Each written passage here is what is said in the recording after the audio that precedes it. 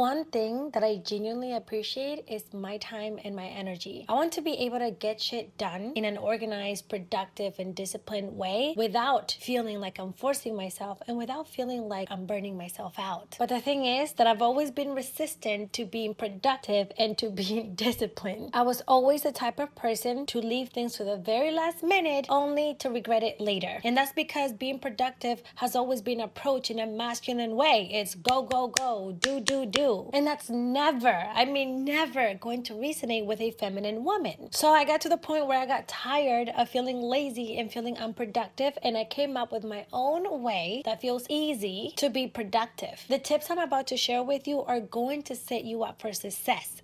You cannot not be productive if you actually follow through with them. The best part about these tips is that being productive is going to feel a lot more easy and flowy, yet it's still going to be effective and you're still going to be productive. Listen, I'm just not that girl that likes doing things the hard way. So if you're with me on this one, then keep watching. Tip number 1 is going to be to adapt the do it now, thank yourself later type of mindset. This is something that I always try my best to live by. It's my little reminder that if I just take care of those dishes sitting in the sink right now, I won't have to deal with them later. If I just pick up the laundry that is laying around right now, I won't have to deal with it later. And it's also dealing with meal prepping one day, as tedious as that can be, so that I don't have to cook every single day later. I'm telling you, this method is going to save you so much time and so much energy. And that's the thing. Look at doing it now rather than doing it later as a benefit, because it literally is something that is going to benefit you. Don't look at being productive as a chore or something that you have to do, and instead look at it as something that you're going to get something out of. If you clean up your house now, you'll get to be in a cozy, fresh home to lay in. Do you know how good it feels to walk past a clean kitchen at 9 p.m. at night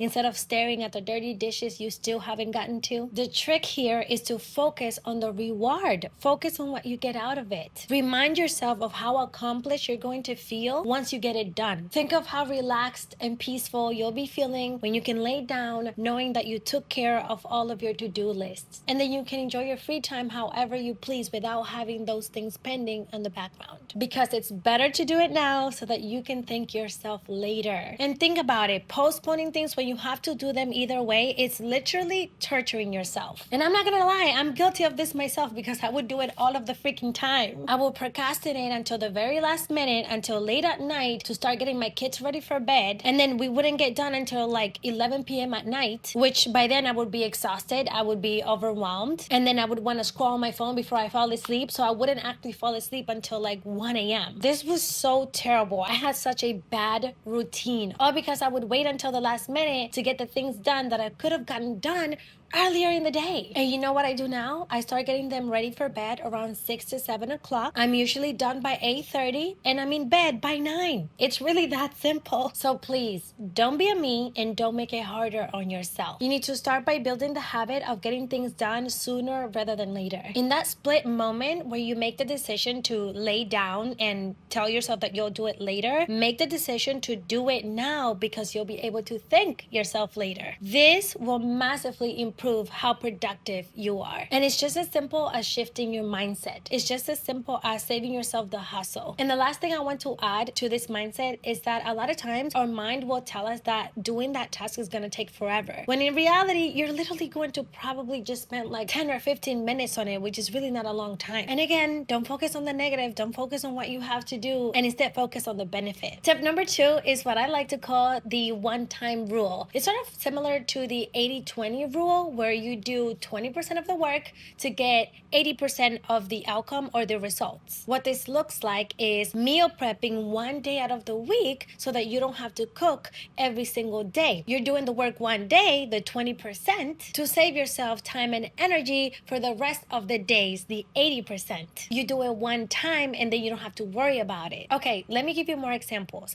This is like doing laundry one day out of the week instead of doing small loads every other day. And yeah, apparently there's people that actually do that. I was flabbergasted because Why would you do that? This also looks like making a shopping list and going grocery shopping one day a week instead of doing multiple runs throughout the week. A personal example that I can share with you is the way that I sometimes batch my videos. Sometimes I'll record up to 2 videos in one sitting. This way I'll be saving myself so much time and so much energy because I recorded 2 videos just one time. Using the one-time rule is setting up auto pay instead of having to remember to pay your bills every single month. It's getting your hair done once a week, like braids, or getting it straightened so that you don't have to do it every single day. It's getting acrylic or gel polish on your nails so that you don't have to do them every week. It's getting lash extensions or getting your eyebrows microbladed, which I actually have, to cut down time on doing your makeup and also just feeling ready to go on your day-to-day. These are things that, yes, may require a little bit more of your time, but in the long run will benefit you so much more and will save you more time and more energy. And I also want you to keep in mind that a lot of the things that I'll be sharing with you in this video may sound like a lot of work, but the thing is that being productive in a soft and easy way is not about not doing anything. It's about doing them in a way that is aligned with you and that won't feel as forced. The point of all of this is to make being productive feel easier and finding ways to make it more simpler without hustling and without approaching it in a masculine way like most people usually do. Tip numero 3 is to work with your energy levels. And oh my goodness, hear me out, because this will literally make such a difference in your productivity level. I'm not even joking. This is the sauce. This is the key. I mean, just think about it. Depending on how energized you feel equals how motivated you feel, which AKA means how productive you are. Because the truth is, you're probably not even lazy at all. You're just not working with your energy levels and your menstrual cycle the right way. Girl, I need you to understand that we are simply not built like men. Our bodies don't operate the same way. Women operate on a monthly hormonal cycle while men operate on a daily hormonal cycle. And this makes a huge difference on how well you're able to perform, on how productive you can be. What this means is that the different energy levels, your mood swings, your appetite, and your overall well-being is felt throughout a 28-day cycle. And men just have a 24-hour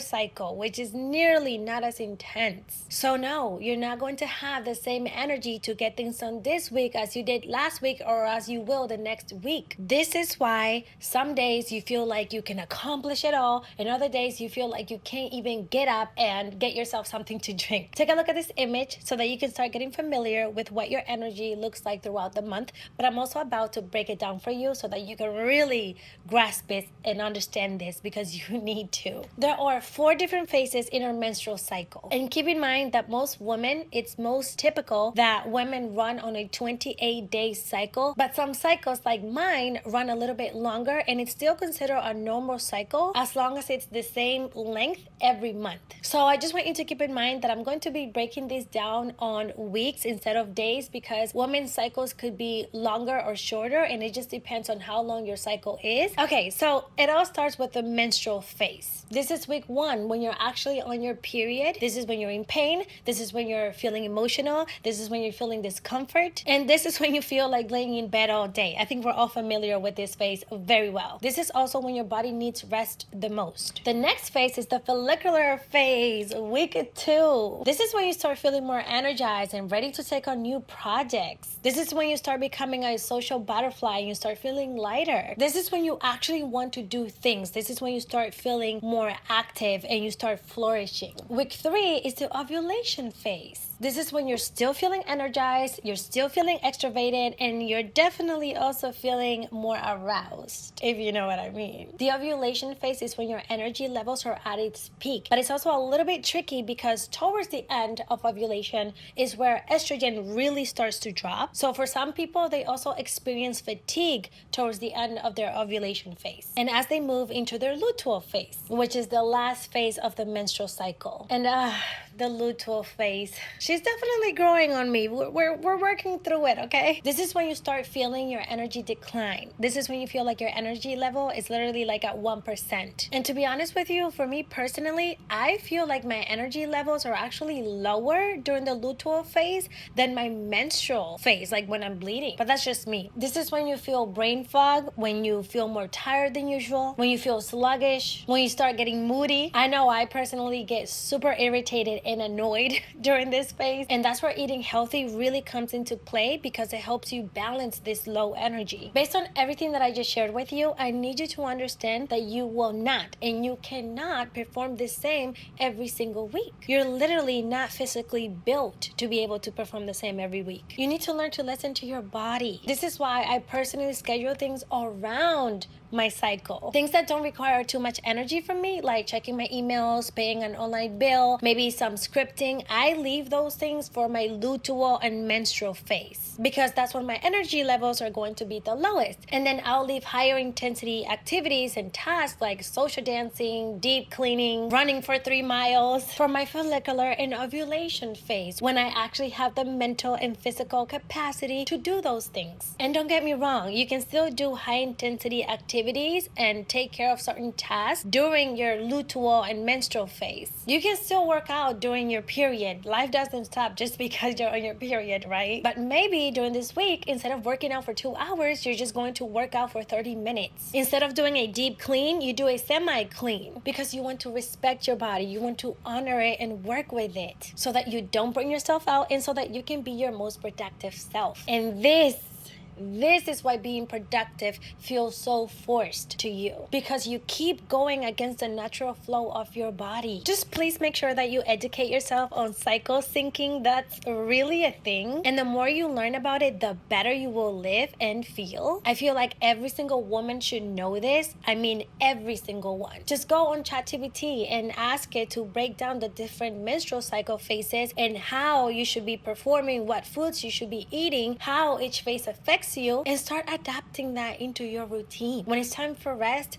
rest. When it's time to take action, you take action. It's time that we start stepping more into our feminine side and not let our masculine side run the show. The other aspect, aside from cycle syncing, that people don't always talk about is scheduling your day or getting things done based on where you feel most productive during the day. Are you most productive in the morning or in the evening? I notice that when I get things done earlier in the day, I am much more productive than getting them done later in the day. I actually get lazier towards the end of the day. So I usually leave the smaller tasks for the end of the day, and I take care of the bigger tasks earlier in the day. So pay attention to when you feel most energized throughout the day. And that's when you want to take care of big things like cleaning, meal prepping, and working on your business, because you'll be less likely to do it if you leave it for later in the day when you no longer have the energy to do it. The other thing too is that you don't have to do everything in one day. Stop overscheduling yourself. You don't have to meal prep, work out, run errands, and clean all in one day. That's how you set yourself up for failure. And that's also how you instantly drive yourself to burnout. You want to use your cycle and daily energy matrix to determine what day and what time is best for you to get things done. Again,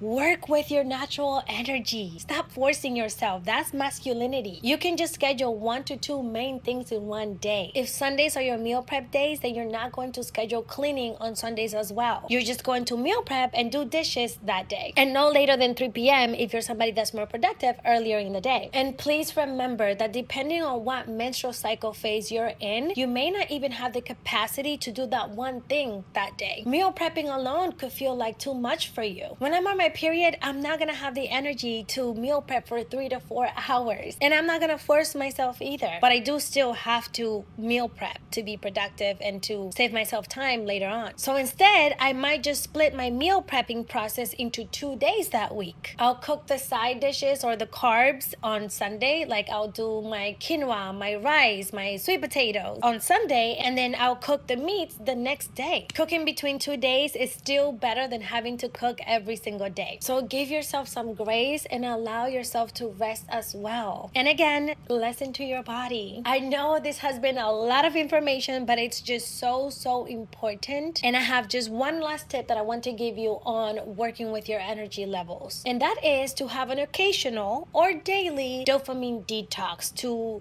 disconnect and connect. You need to stop draining your energy by giving it away to the time that you spend on your phone. Because although it may feel like you're relaxing when you're scrolling on your phone, you're most certainly not relaxing. You're draining your mental energy that then translates to your physical energy. And laying on your couch all day, not having an active routine, is also draining your energy. You need need to do something active. You need to have some sort of physical movement to increase your energy. There's a reason why working out works so great. And you don't have to just work out. I don't like heavy lifting either, but you can go touch the grass. You can go and smell the air. You can go sit by a tree or hug a tree. Go on a walk, get some sun, do some yoga. Just something, anything that involves moving your body. You could just dance in your living room for all you want, for all you care. And if you can do this on a daily basis, then that would be so much better. And it really doesn't have to take that much of your time. You can literally do this for just 10 to 15 minutes every single day. Because being a couch potato is not helping you be more energized. If anything, it's making you be less productive. I just don't want you wondering why you feel so sluggish and so unmotivated and so unenergized when you have these bad habits. Número 4 is going to be to set the right scene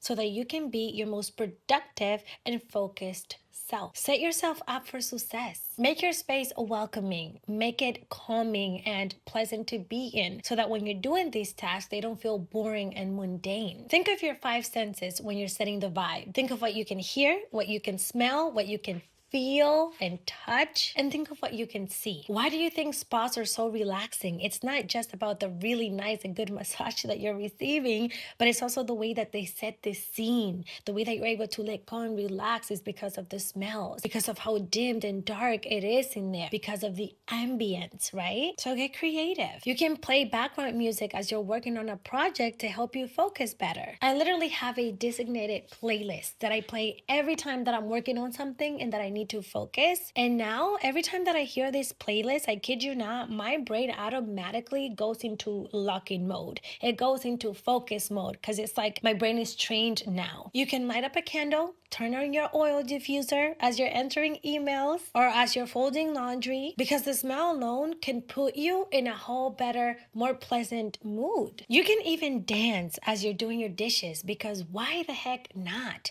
Or you can pretend like your dishes are having a bubble bath. Like, be a little silly with it. Be present with it. Think of ways in which you can make whatever task it is that you're doing more fun. And this is something that I actually learned from my own daughter, because even when she's taking a shower, she's gonna find a way to make it fun no matter what. This little girl will either be singing her lungs out, she'll be playing with the soap and the bubbles, she'll be dancing and wiggling around as she's like washing herself, and she'll be like wash, wash, wash, wash, wash, wash. It's like she's never bored with anything that she does. And I think that we can all learn to do the same thing as adults. It doesn't always just have to be your responsibilities and what you have to take care of next. Instead of rushing through that task, try to be a little bit more present and try to enjoy it a little. And something else that I like to do, and this deals more so with feeling, is putting on a really nice makeup before I start my workday. Nothing too crazy, but I'm certainly not staying in my PJs or a baggy shirt throughout the day as I work or as I'm doing whatever it is that I need to take care of. Even when I'm running errands,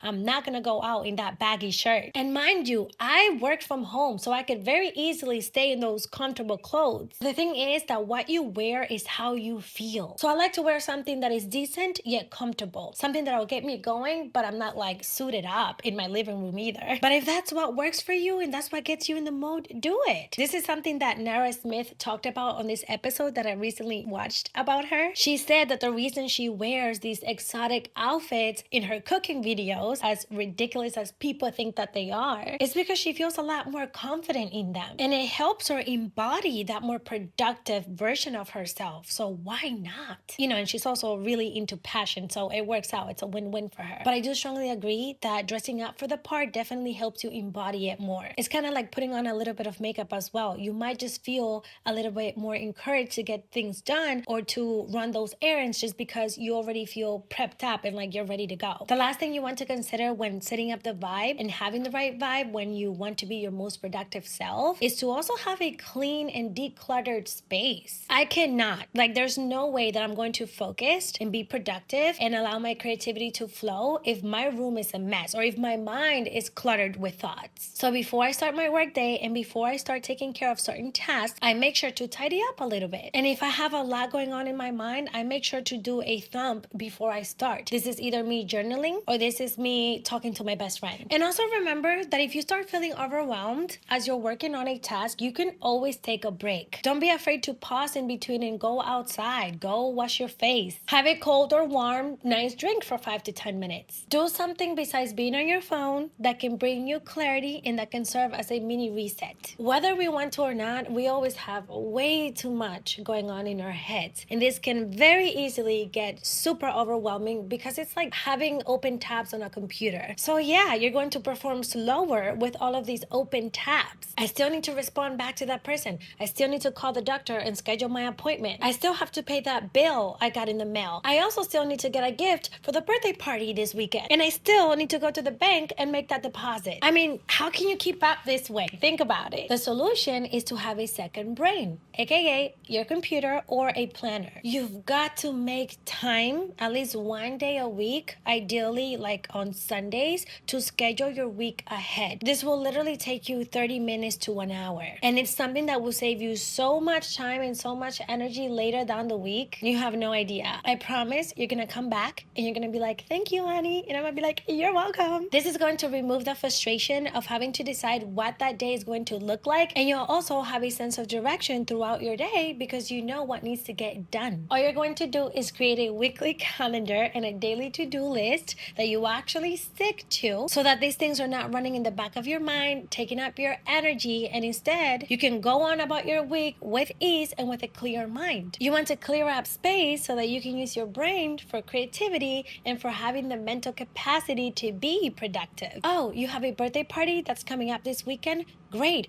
Put it in your calendar. And also put down that on Wednesday between 7 p.m. to 8 p.m. you're gonna go shopping for the gift. This way you avoid getting frustrated trying to find a gift at the last minute. You can have a designated day to be your administrative day. This is the day that you're going to check your emails, pay unpaid bills like traffic lights, hospital bills, and this is also the day that you make your next dentist appointment. And maybe this is also the day that you go and return that package that you've been saying you're going to return that will soon expire, and just have it all taken care of in one day, the administrative day. But put it in your calendar, even that package that you're going to return. I don't care how small, how simple, put it on there so you don't have it up here, taking up unnecessary space, because you don't need that open tab. And another thing, for the love of God, if someone texts you, do not leave them on read. Don't leave it for later if you don't have to. And I'm really just calling myself out with this one, but unless you're truly busy, just respond back in that moment to minimize that open tab. Because I don't know how many times I do this and then I'm in the shower or I'm doing something else and I'm literally thinking about, oh my God,